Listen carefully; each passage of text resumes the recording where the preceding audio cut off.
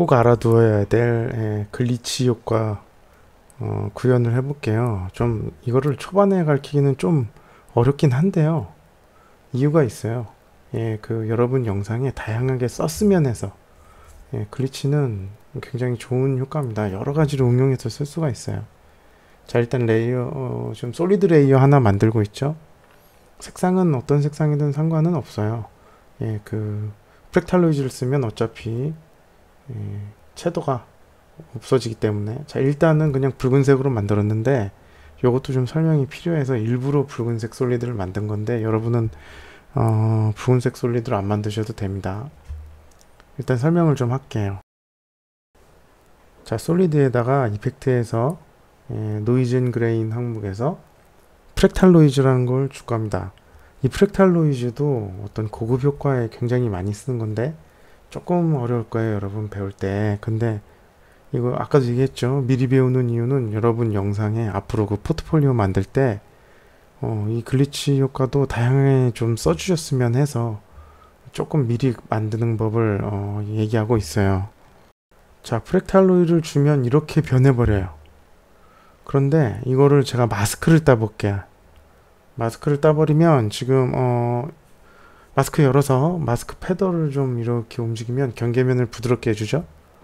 그런데 지금 어때요? 붉은색이 올라왔죠? 네, 그래서 마스크를 땄을 때는 원래 그 솔리드 색이 나타납니다. 그거 참고해 두세요. 네, 그래서 솔리드 세팅으로 가서 다시 검은색으로 좀 바꿀게요. 네, 솔리드 수정하는 법 배웠었죠? 레이어에서 솔리드 세팅에서 색상 다시 지정해 주시면 되고, 마스크는 지워버리고 다시 원래대로 돌려놓은 다음에 다시 시작하겠습니다. 자, 프랙탈 노이즈 이펙트 좀 살펴볼게요. 자, 지금 프랙탈 타입이 있는데 저 친구를 좀 바꿀게요. 약간 이 블락처럼 글리치를 쓰려면 그래야 되기 때문에 맥스 정도로 바꿀게요. 값을 맥스로 바꾸고, 밑에 있는 노이즈 타입 있는데 그거는 블락으로 바꿔서 약간 디지털적인 느낌이 나는 그런 이미지로 바꿀 겁니다. 그리고 프랙탈 노이즈를 쓰면 보통 콘트라스트는 높이고 브라이트니스는 낮춰서 이렇게 흑백 이미지가 좀 차이가 나게 만듭니다. 그러니까 흰색 영역, 검은색 영역이 눈에 띄게 좀 분리가 돼야 이 애니메이션 했을 때 뭐 여러 가지 효과가 나타나니까 이런 식으로 세팅을 해주시고, 스케일 쪽에 가서, 그러니까 트랜스폼에 보면 스케일이 있어요. 그런데 이게 그 가로세로를 따로 제어를 하려면 저기 유니폼 스케일링이라고 되게 체크박스가 있는데 그 친구를 꺼주면 됩니다. 자, 이렇게 끄면 스케일 위스, 스케일 하이트 따로 분리되죠. 그럼 스케일 위스를 애니메이션 할 거고 스케일 하이트도 애니메이션 할 건데, 자, 위스를 좀 기본 모양을 좀 잡아볼게요. 위스는 좀 넓게, 가로로 이렇게 글리칭 되는 게 좀 더 많기 때문에, 자, 스케일 하이트 어느 정도 잡고 두 개를 근데 다른 기능으로 좀 배워볼 거예요. 한번 지금 바로 해봅시다. 자, 오른쪽에 보면 위글러라는 걸 열어야 되는데 없죠? 그러니까 윈도우 가서 위글러를 찾아서 열을게요. 자, 위글러가 생겼죠?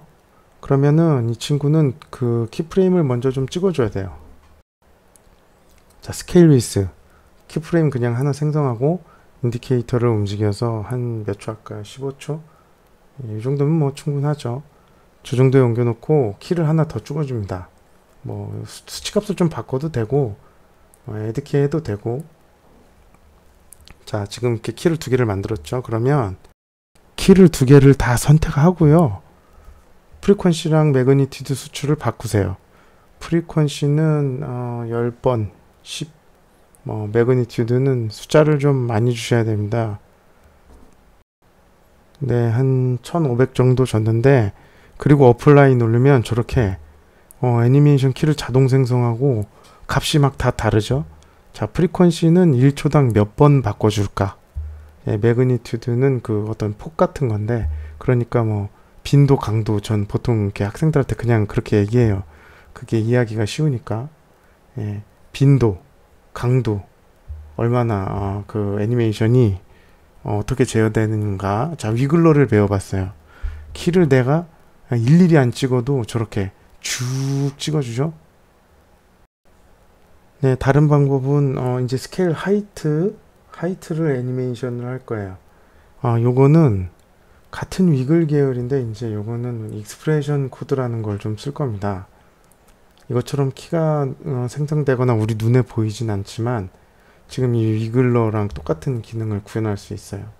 자, Alt를 누른 채로 와치를 찍으세요. 그러면 저렇게 익스프레션 코드를 넣는 창이 나오고 저 정보값이 붉은색으로 변합니다.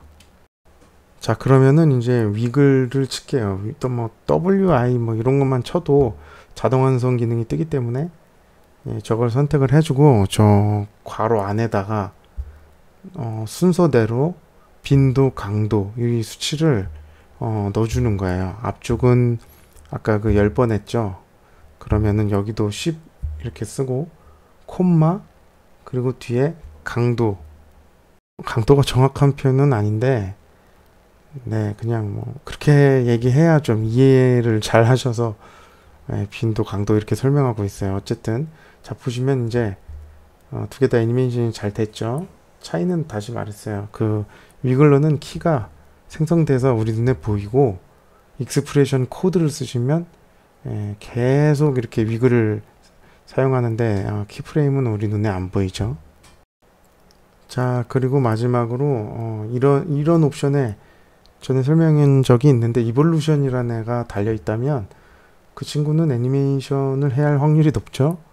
와치를 켜고 이볼루션도 애니메이션 해서 좀 더 다이나믹한 그 애니메이션을 만들어 볼게요. 회전을 많이 주세요. 그냥 한 20바퀴 이렇게 썼는데 플레이 시키면 이제 저렇게 막 글리칭 되는 듯한 느낌을 가져오는데, 그러니까 얘가 매트예요, 매트. 그래서 얘 움직임을 다른 이미지나 텍스트나 다른 객체가 가져오는 거죠. 자, 텍스트를 하나 썼습니다. 글리치라고. 그러면은 밑에 이제 그 프랙탈 노이즈가 먹힌 그 레이어를 놓고 그 위에다가 글리치라고 글씨를 하나 썼어요. 자, 이펙트에서 이번엔 뭐를 주냐면 디스플레이스먼트 맵. 디스플레이스먼트 맵은 다른 그 이미지의 움직임을 가져올 수 있는 기능입니다.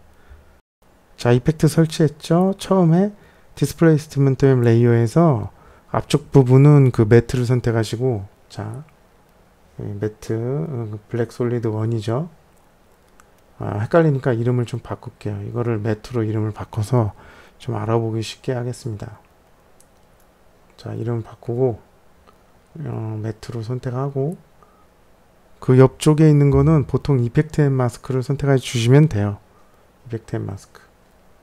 자, 그러면은 이제 수치가 보면은 뭐 버티컬, 호리존탈 뭐 이런 거밖에 없기 때문에 그 두 수치를 다 움직여 주시면 됩니다. 자, 수치를 이렇게 움직였더니 저런 식으로 움직임이 생기죠. 뭔가 이렇게 깨지면서 움직임이 생길 거예요. 자, 그러면 이제 매트라고 했던 저 영상 눈을 끄면 재생을 시켜보면 이렇게 글리치 현상을 만들었죠. 멋있네요. 예, 감각적입니다. 자, 이렇게 만들었는데 몇 가지 이펙트를 더 추가해서 좀 다듬어 볼게요. 자, 레이어에서 어드저스트먼트 레이어, 어드저스트먼트 레이어를 하나 설치를 했어요.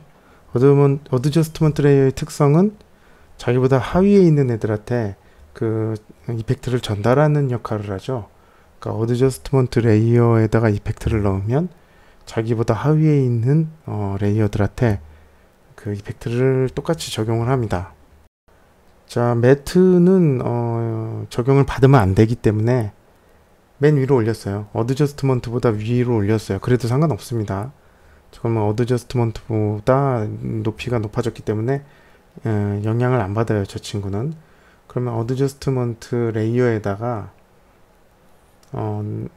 디스플레이스먼트 맵을 적용을 할 거예요.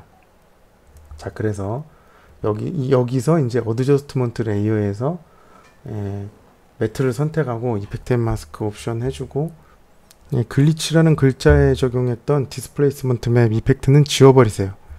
예, 왜냐면 어드저스트먼트 레이어에서 전달을 받을 거거든요. 자, 지우고 어드저스트먼트 레이어를 짧게 잘라서 쓰는 거예요.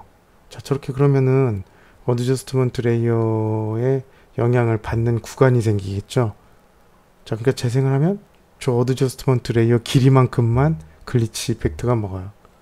자, 그래서 저렇게 어드저스트먼트 레이어를 카피를 하면 컨트롤 D로 복제하면 이런 식으로 저 짧은 구간만 지금 글리치가 먹는 걸 볼 수 있습니다. 어드저스트먼트 레이어 위치에서만 먹는 거죠. 자, 좋습니다. 그러면은 이 글리치를 하나를 카피해서 텍스트에서 색상을 하나 바꿔가지고 채널 분리가 된 듯한 그런 느낌을 좀 내볼게요.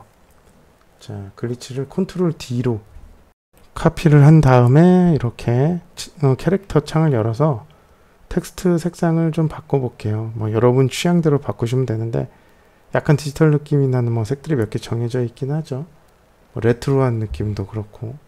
자, 일단은 녹색으로 한번 해봤어요. 그리고 위에 있는 글자에 그 블렌드 모드로 가서 뭐 칼라 닷지 혹은 스크린을 쓰기도 하는데 뭐 스크린으로 일단 해볼게요. 네, 스크린으로 이렇게 바꿉니다. 자, 그리고 그 키보드에서 방향키 있죠? 그런 거를 누르면 한 픽셀씩 이동을 하는데 살짝만 움직여서 지금 그 두 개가 완전히 포개어져 있으니까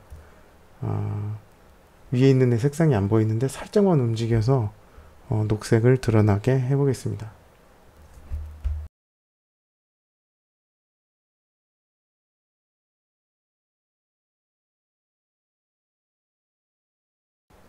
뭐 같은 방법으로 다른 색도 글자를 여러 개 만들어서 한번 블렌드 모드를 써서 겹치면서 어떤 느낌이 나는지 한번 보세요. 네, 당연히 그 복제한 글자들은 글리치가 먹을 때만 보이게 앞뒤를 다 잘라내야겠죠. 그러니까 어드저스트먼트 레이어랑 길이가 아마 똑같을 거예요.